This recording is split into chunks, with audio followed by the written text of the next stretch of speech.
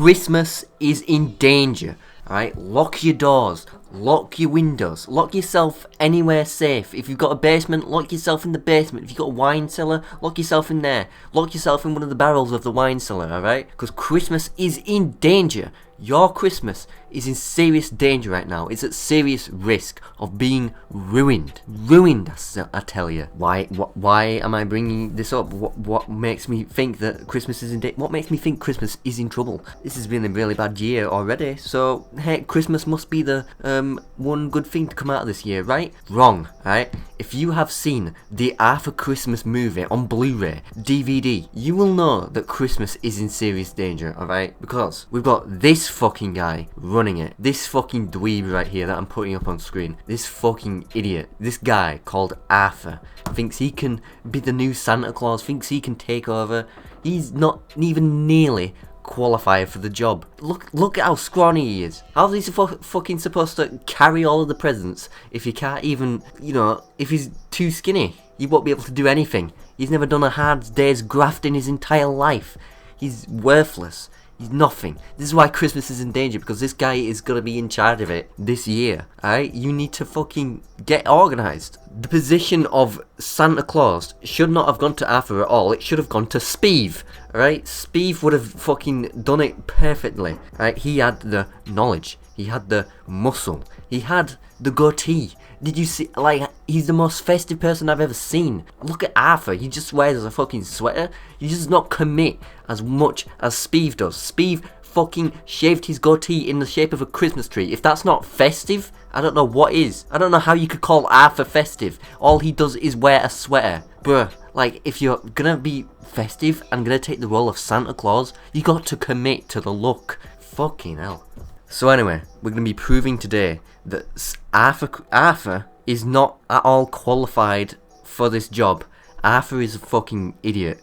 He's a scumbag, he's a dimwit, he's a dweeb, he's a fucking loser. And me making this video is going to get him out of his position for good. It's going to get him resigned. We're going to, get a new election going up. Arthur versus Speeve. Who's going to win? Who should win? It's going to be Steve. Because Steve has more knowledge. This is like the new re-election. So everyone, everyone in quotations, watching this, vote for Steve. Vote for Steve. He is gonna run Christmas how it is supposed to be run. Alright? So anyway, Arthur Christmas. Do you think you can run Christmas, goodly? Then, no, you can't. You're wrong. Alright? And I'm going to show you why. I'm going to show you the receipts, the proof. I'm repeating myself.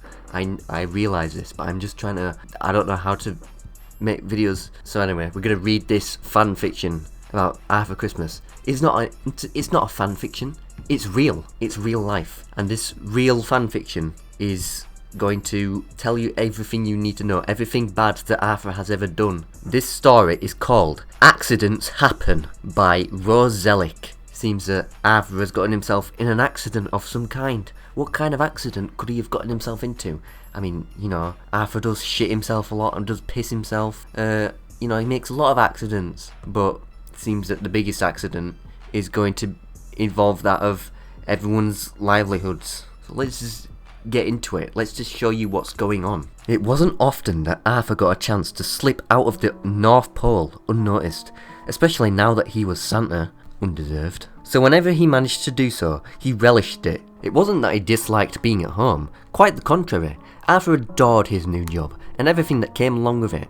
Lies that he likes to tell you just to reassure you that everything's okay. It's a lie. Arthur hates his job. Arthur is just doing this so he can get babes.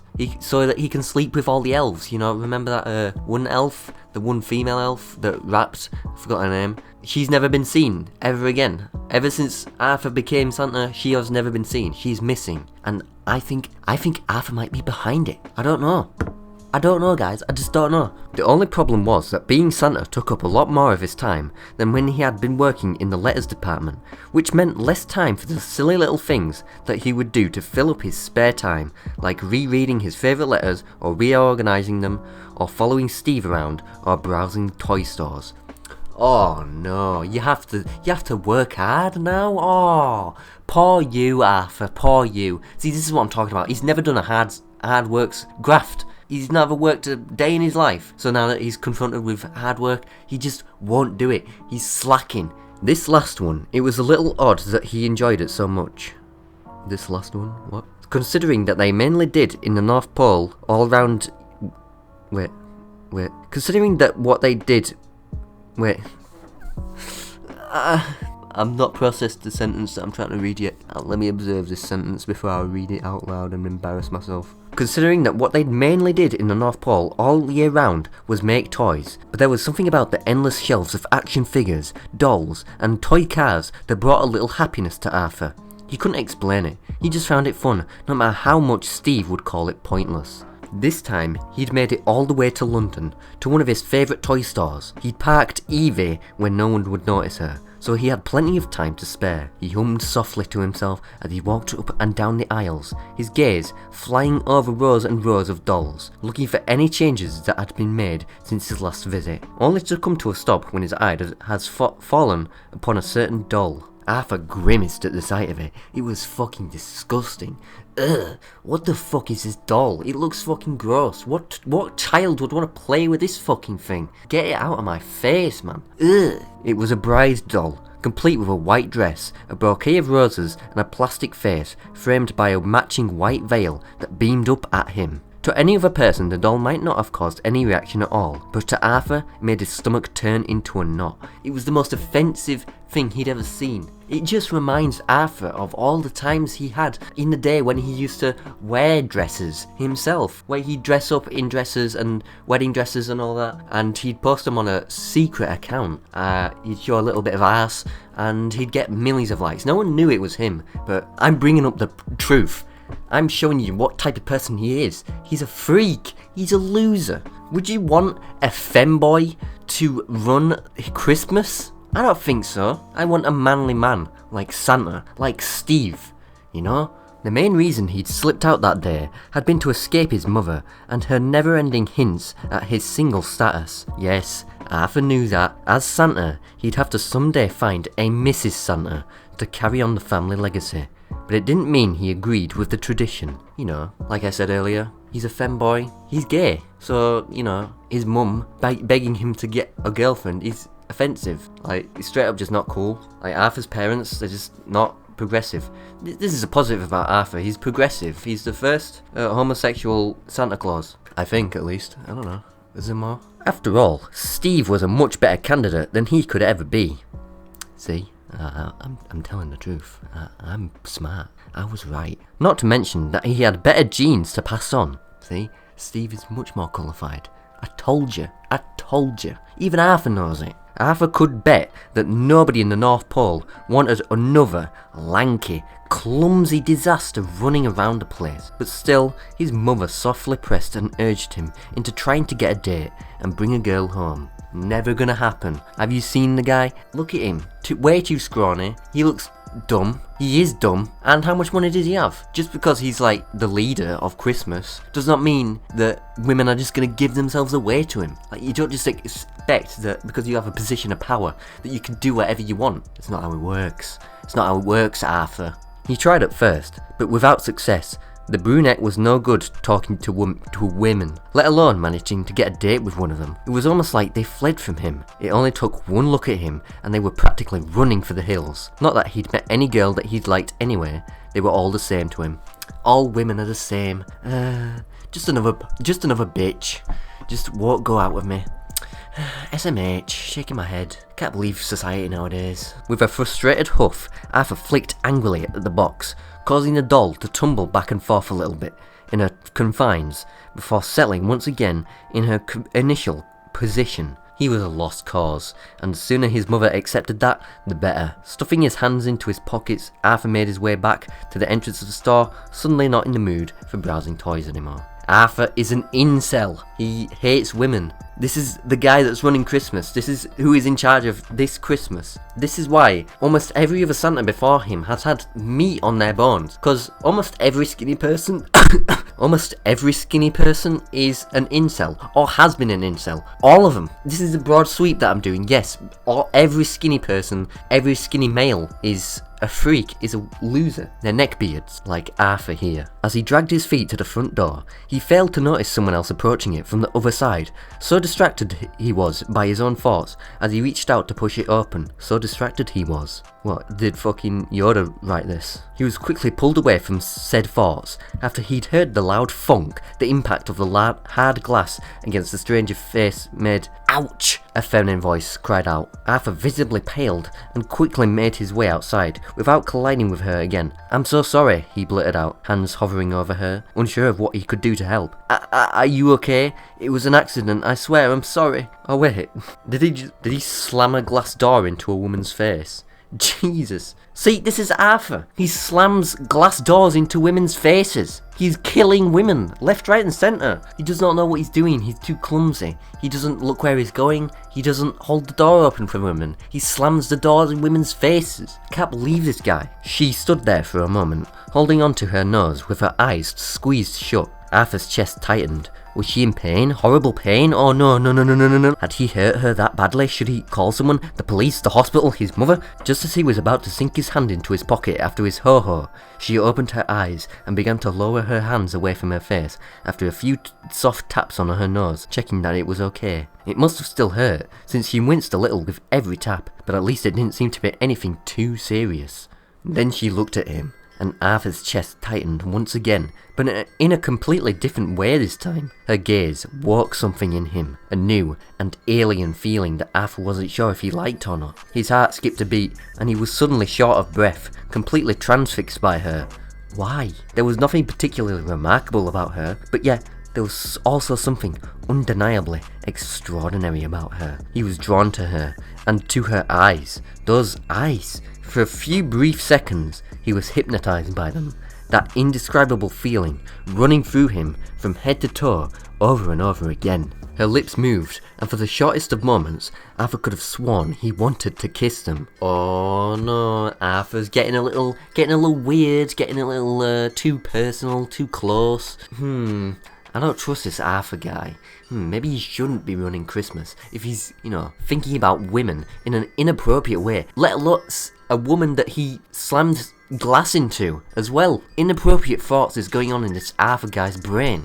I don't think he should be running Christmas. Fine, don't worry. Arthur's brow furrowed, then lifted as he realised she was speaking to him. Oh no, had he been staring at her? Had she seen him staring at her? For crying out loud, of course she had seen him. No, she hadn't. She's got glass in her eyes. She can't fucking see because Arthur paralysed her and blinded her. Okay, time to stop being creepy and try to act like a normal human being. You can do this, Arthur.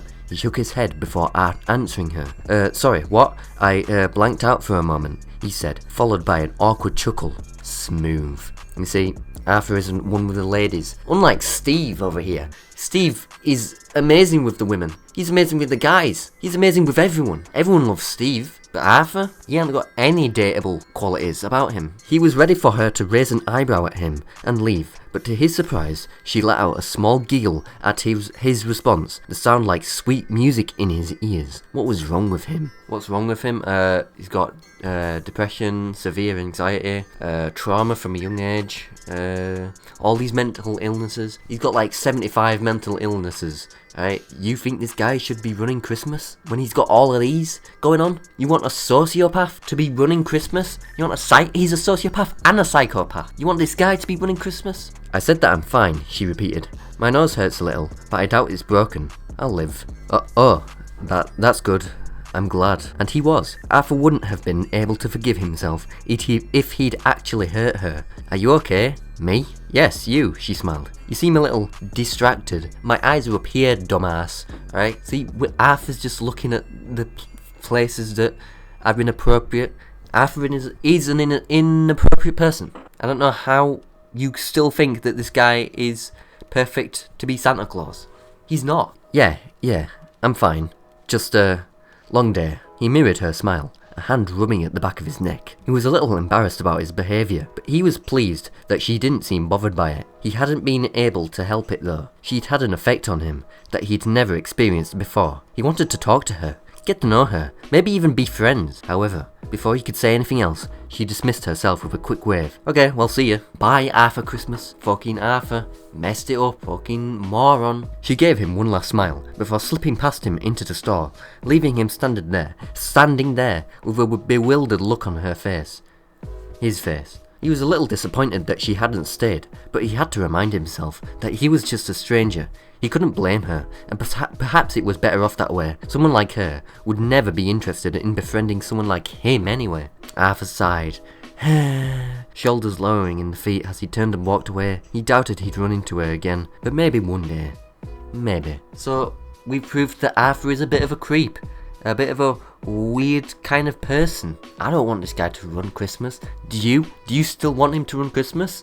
I don't know what else I could tell you. I've shown you everything fucking criminalizing. I showed you all the incriminating evidence. I don't know what more you want. But I guess I'll read chapter 2. It was absurd. Absolutely ridiculous. No matter what Arthur did, he just couldn't get her out of his mind. He's an obsessive freak, obsessing over women. He's weird. He's weird. It was like his every thought revolved around her. The way that she smiled, with that gentle curl of her lips, how soft her hair looked, and how badly he wanted to touch it. Every detail that he could remember about her committed to memory. A conflict was born inside of him. Part of him wanted to forget all about her, while another part of him was demanding for him to go search for her. For better or for worse, this part was louder than the other. And so, before he could think twice about it, Arthur found himself standing in front of the toy store once again. It had only been a few days since they'd run into each other, and even though Arthur knew the odds of finding her in such a specific place again were not in his favour, it was the only lead he had. Seems like Arthur's a stalker. Arthur's stalking a woman. What the fuck? I wouldn't expect this from Santa or Steve. I wouldn't. A memory of her grin, as she had spoken to him, popped into his mind as soon as his gaze landed on the front door, and he couldn't help but smile himself, a smile that quickly fell as another thought came to him. What would he even say to her if he did find her? He doubted she'd be as pleased as he would to see each other again, especially considering the circumstances of their first meeting. Not to mention, he was a complete stranger. Arthur let out a long, deep sigh. Fucking women nowadays, man. They just go for chads nowadays. He needed to put an end to this while he still could. He was enamored by the idealization of a girl he'd just met. He didn't even know her name. What did he expect to gain from creeping around the toy store? Desperate for any sign of her? Surely the only thing he had managed was to scare off customers, probably including this mystery girl. He's such a fucking scary freak. He's standing outside. Like, people are calling the police and shit. Like, bruh, there's a guy standing outside. I've got kids. I don't want to go outside. He's just standing around. He's menacing. He stared at the entrance for what felt like an eternity, before deciding to give up and go home. This whole idea had been stupid from the very beginning. He needed to stop losing his time with this and focus on more productive things, as Steve would say. He pushed all thoughts of her to the very back of his mind and turned around. He could feel the presence of the store behind him, like it was begging him to stay just a little longer. 5 more minutes and she would turn up, just searching for him too. But Arthur knew that these thoughts were only his mind playing games with him. With a nod, Arthur shook those hopes away as well and pressed on. As he reached the small set of stairs that led to the side street where he had hidden his ride home, I'm making a mistake. Arthur began making a mental to-do list of all the things he needed to do the day after to keep his mind busy. This was, of course, a fatal mistake for someone like Arthur, as he began to focus so much on distracting himself that he completely forgot to pay attention to where he was placing his feet. As he was counting chores, he completely missed a step, causing Arthur to lose his footing and begin to tumble down. He immediately snapped his eyes shut and yelled, bracing himself for the impact that was not as hard as he thought it would be. Arthur slowly opened one eye, colour draining from his face as he processed what he was seeing. The person who had broken his fall let out a pained groan. A person who was a she that was her. He had found her! Time to fucking grab her and take her home. Arthur's mouth fell open as he stared, his face now turning red as he realised how close they were. He's kind of being a little bit weird and touchy-feely. What the fuck, Arthur? What the fuck are you doing? And she pepper sprays him and runs home. And then Arthur sits there in pain for like 5 minutes. The tips of their noses, mere centimetres away from each other. She peered up at him, blinking curiously, clearly just as bewildered by the situation as he was. He couldn't help but notice that her own cheeks had a hint of blush. They stayed this way for a few long moments before she broke the silence. Are you okay? Can you get the fuck off me? I've got to go to work, man, she asked, the corner of her mouth curling upwards into that small smile that had been wandering around Arthur's brain for the last few days. Her voice helped Arthur snap back into reality, leaping to his feet as quickly as he could manage. Oh yes, I'm fine. He wasn't fine. He was completely mortified to have crashed into her a second time. He's fucking killing women. He's trying to kill this woman. And this time could have been even worse than the first. He could have killed her. This was an attempted murder. He followed her here, and he tried to kill her and frame it as an accident. Fucking Arthur Christmas is a demented soul. What about you? Are you hurt? He reached out a hand to help her up, concern and guilt twisting his stomach into a knot. I'm so sorry. I wasn't looking where I was going. Her fingers closed around his own, a gentle grip that strengthened as she pulled herself up. Arthur's heart was doing some somersaults in his chest. He was holding her hand. Once she was on her feet, he was reluctant to let go, but did so as not to come off creepy. Keep calm, breath, don't be a weirdo. I think I'm okay, she said, smile still present on her face, much to Arthur's relief. As she examined herself, she had a minor scratch on her left arm, but other than that, she seemed to be fine. We have to stop meeting like this before it becomes a habit, she laughed. I think that door still has a nose-shaped dent in it. Arthur had to stop himself from gaping at her again. She remembered him? Him? This fucking scrawny asshole, he remembers him? He hadn't expected her to, but it was definitely a pleasant surprise. Warmth bloomed in his stomach, along with a twinge of embarrassment at the memory of her meeting. I still feel bad about that, he replied. I'm sorry, it's okay really, she interrupted him, stopping him from going on another apology spree. Although you could make it up to me, she pretended to think for a moment, tapping a finger against her chin. Are you going to be around here tomorrow? Same time? Cause, I need someone to carry this briefcase for me. This briefcase has got stuff inside of it, alright? Take this briefcase, meet me same time tomorrow, and we'll talk about escorting this, alright? You can be my escort, and you can be my slave for a day, alright? You can be my slave, okay?